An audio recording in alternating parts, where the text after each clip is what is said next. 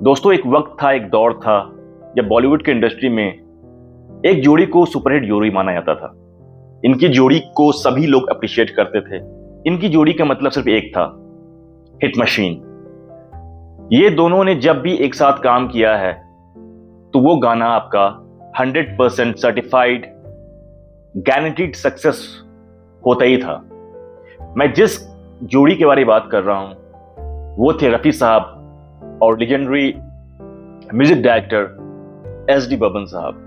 कौन भूल सकता है गाइड मूवी का ये सब गाना।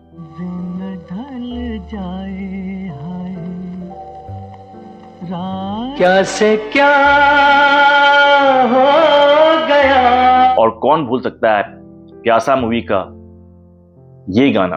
ये दुनिया अगर मिल भी जाए तो क्या है। ये तो बस 2-3 गाना है। अगर देखा जाए तो ये लोग ने मिलकर कितने सारे गाना एक से बढ़कर एक दिए हैं। पर सवाल तो ये उठता है, जब इतने सारे हिट गाना सारे एक्टर्स का, प्रोड्यूसर्स का ये लोग फर्स्ट प्रायोरिटी हुआ करते थे, फिर अचानक से इन दोनों के बीच में दूरी क्यों आई? आज हम इसके बारे में डिटेल में बात करेंगे।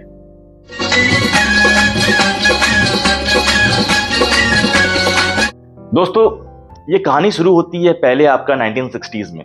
एक सॉन्ग था जिस सॉन्ग के लिए एस डी बर्मन साहब जो थे, he was not happy with Rafi साहब। अब रफी साहब जो थे वो एक काफी वर्सेटाइल सिंगर थे और एस डी बर्मन जो थे वो अपने सॉन्ग्स के लिए काफी स्ट्रिक्ट थे। वो चाहते थे कि उनका सॉन्ग्स को कोई छेड़छाड़ नहीं करे।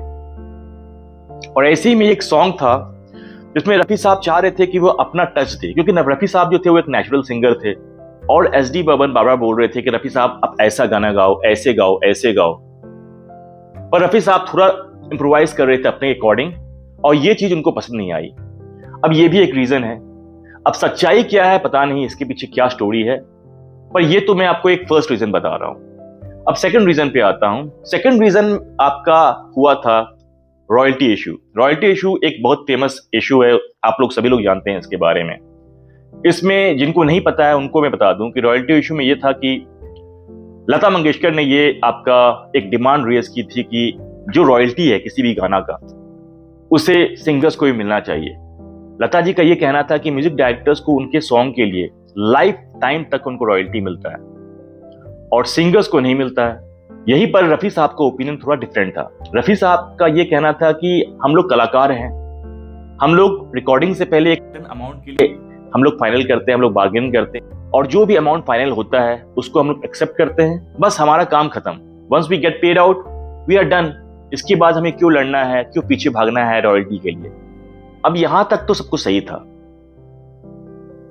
पर प्रॉब्लम यह था कि लता जी जो थी वो एस डी बर्मन के काफी करीब थी। She was very close to S D Burman साहब और कहीं ना कहीं इसी वजह से एस डी बर्मन का रिलेशनशिप जो रफी साहब के साथ था ये काफी हद तक अफेक्ट हुआ।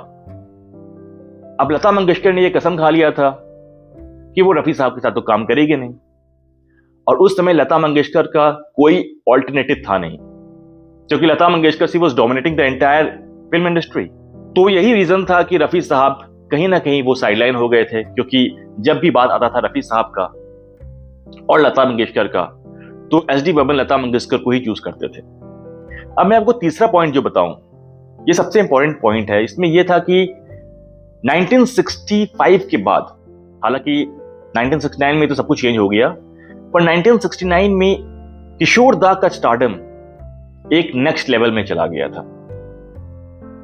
सभी लोग जानते हैं आराधना मूवी के बारे में, and the miracle Aradhana movie has done. इसमें रफी साहब के भी सॉन्ग्स थे।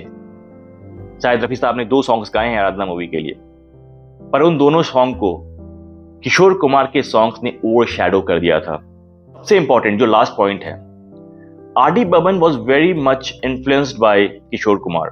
वो किशोर कुमार के बहुत बड़े सपोर्टर भी थे और सबसे इंपॉर्टेंट बात यह है कि आर डी बर्मन जो थे वो अपने पिता एस डी बर्मन को उनके मैक्सिमम मूवीज के लिए सपोर्ट करते थे। अब यहां पर क्या था कि फेवरेटिज्म का एक इंपॉर्टेंट फैक्टर प्ले करता है। आर डी बर्मन के फर्स्ट प्रायोरिटी थे किशोर कुमार आर डी बर्मन का जो आपका जो वे ऑफ म्यूजिक था वो आपका मोर इन्फ्लुएंस था आपका मॉडर्न वेस्टर्न कल्चर से। और किशोर कुमार जिस तरह इम्प्रोवाइज करते थे, और इस वजह से आर डी बर्मन ये मान चुके थे कि रफी साहब का दौर जो है, उनका जो फेज है वो ऑलमोस्ट खत्म हो गया, और अब जो आपका दौर चल रहा है वो किशोर कुमार का दौर चल रहा है। पर सवाल ये उठता है कि अगर किशोर कुमार सभी एक्टर्स के फर्स्ट प्रायोरिटी थे उस समय, तो क्या रफी साहब का लेगेसी खत्म हो गया था? ऐसा बिल्कुल नहीं है। भले ही उस समय सारे लोग, सारे म्यूजिक डायरेक्टर्स, एक्टर्स वो इन्फ्लुएंस हो गए थे किशोर कुमार के राइजिंग स्टारडम से, पर रफी साहब को रिप्लेस करना फिर भी एक टफ चैलेंज हो रहा था। ऐसे काफी सारे सॉन्ग्स थे जहां पर किशोर कुमार खुद उन्होंने रिकमेंड किया था रफी साहब को, ये कहते हुए कि अगर हाई पिच सॉन्ग है तो मैं नहीं गा सकता हूं, अगर आपको वर्सेटैलिटी दिखाना है किसी सॉन्ग के लिए तो मैं नहीं कर सकता हूं। ऐसे काफी सारे सॉन्ग हैं। यदि आपने हाथी मेरे साथी देखे होंगे, नफरत की दुनिया छोड़, यदि आपने यम्मा यम्मा जो शान मूवी का सॉन्ग है, ये दोनों सॉन्ग्स किशोर कुमार ने ही रिकमेंड किया था कि आप ये गाना रफी साहब से गवाओ, ये मेरी बस की बात नहीं है। तो दोस्तों, आज की वीडियो बस यही थी जहां मुझे आपसे ये शेयर करना था कि आखिर पोटेंशियल रीजन क्या हो सकता है कि जहां पर ये दोनों दिग्गज, ये दोनों बड़े फनकार एक से बढ़कर एक हिट दिए थे मूवी इंडस्ट्री में, वो अचानक से 5 से 6 साल ये लोग काम करना क्यों बंद कर दिए? दोस्तों, आपका क्या कहना है इसके बारे में? इन सारे पॉइंट्स में आपको सबसे इंपॉर्टेंट पॉइंट कौन सा लगता है?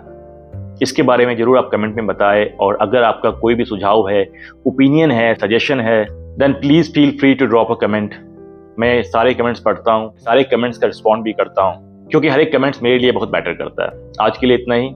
अगर आपको मेरा ये वीडियो अच्छा लगा हो तो please don't forget to like, share and subscribe. मैं आपसे मिलता हूँ अपने नेक्स्ट वीडियो में। अभी के लिए इतना ही। Thank you so much for your time. Take care, bye bye.